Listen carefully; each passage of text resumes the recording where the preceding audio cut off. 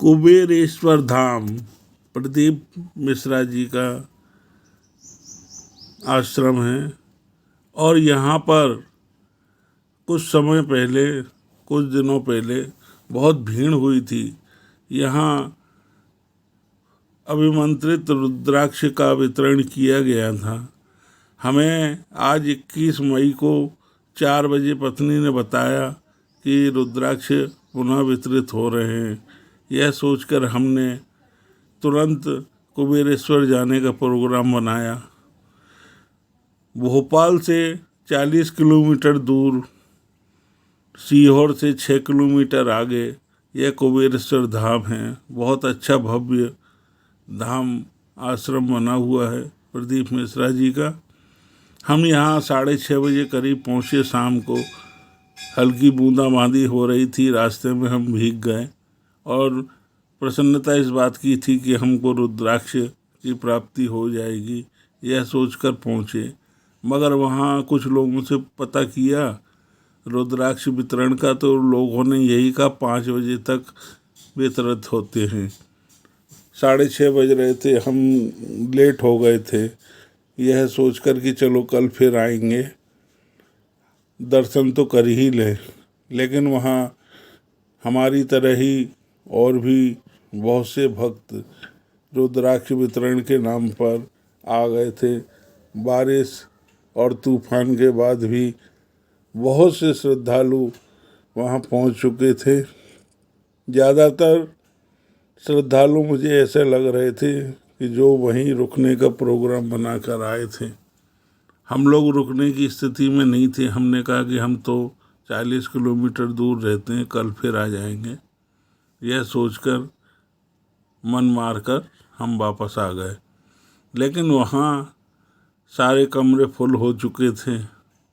Hall के अंदर भी मैंने देखा यत्र तत्र लोग जगह घेर कर शाम को 6:30 बजे से ही बैठ गए थे।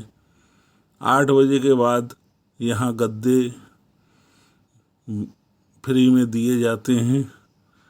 यात्री गद्दे और चादर लेकर विश्राम कर सकते हैं।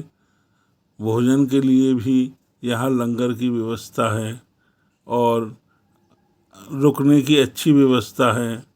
लेकिन भीड़ अधिक होने से सब व्यवस्थाएं अव्यवस्थित हो जाती हैं। यह है कि 1500 आदमी के लिए तो व्यवस्था प्रदीप मिश्रा जी ने कर रखी है और बढ़िया देवस्थान बन गया है। पशुपतिनाथ का मंदिर दूर से ही देखने में चमकता। अभी तो अंधेरा हो गया है, 6:30 बज रहे हैं, हल्का झुरमुट हो गया है। दिन में बहुत अच्छा सोने का मंदिर दिखता है, दूर से ही नज़र आता है। अभी भी हल्की हल्की बारिश गिर रही है, लेकिन लोग इसको नज़रअंदाज कर रहे हैं। हमने भी नज़रअंदाज कर दिया है। पर भीगे हुए तो हैं, हल्का हल्का हम लोग भीग चुके हैं। अंदर देख रहा हूँ लोगों ने विश्राम कक्ष में जगह जगह विश्राम के लिए जगह घेर रखी है और भोजन प्रसादी का इंतज़ार कर रहे हैं। सामने कुबेरेश्वर धाम पर प्रदीप मिश्रा जी की गद्दी है, व्यास गद्दी के हमने भी दर्शन किए और प्रदीप मिश्रा जी के यात्रियों के लिए भोजन प्रसादी की जो व्यवस्था की गई थी उसमें हमने भी कुछ दान, जितना हमसे सहयोग हो सका हमने किया। और जो यात्री दूर दूर से आए हुए हैं वो वहाँ 1-2 दिन रुक के जाते हैं। कुछ लोग अपने बीमारियों का इलाज ढूंढते हुए वहाँ आते हैं और प्रदीप मिश्रा जी के दावे अनुसार कई बीमारियों का इलाज रुद्राक्ष के जल को पीने से हो जाता है। इसलिए उस रुद्राक्ष की प्राप्ति के लिए सभी भक्त ललायत थे। हमने भी काउंटर से रुद्राक्ष खरीदने के लिए मांगा तो बहुत महंगा रुद्राक्ष दे रहे थे। 100 रुपया मांग रहे थे, जबकि महाकाल में तो 50 रुपये में बहुत सारे रुद्राक्ष आ रहे थे। इस तरीके से मुझे लगा कि रुद्राक्ष का दाम ज़्यादा है।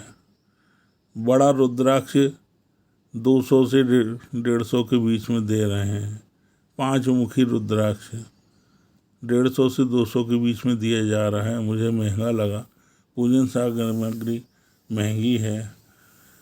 खैर, भगवान के दर्शन करके हम मन में बहुत तृप्ति मिली और हमने भगवान के दर्शन करके संतोष कर लिया और 2 रुद्राक्ष भी खरीद लिए, एक स्वयं के लिए, एक पत्नी के लिए। बहुत अच्छी व्यवस्थाएं मंदिर में की गई हैं।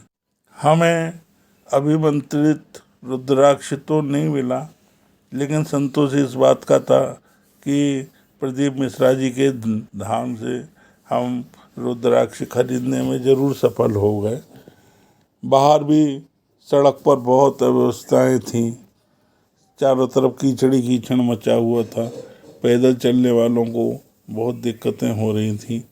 ऐसे आंधी तूफान में भी प्रदीप मिश्रा जी के यहाँ भक्तों की भीड़ लगी हुई है। मैं व्यक्तिगत रूप से प्रदीप मिश्रा जी को जानता हूँ। 4-5 साल पहले तक बहुत गरीब थे बेचारे, और शिव महापुराण के नित्य पाठन करने से वो आज इतने बड़े आश्रम के महंत बने हुए हैं।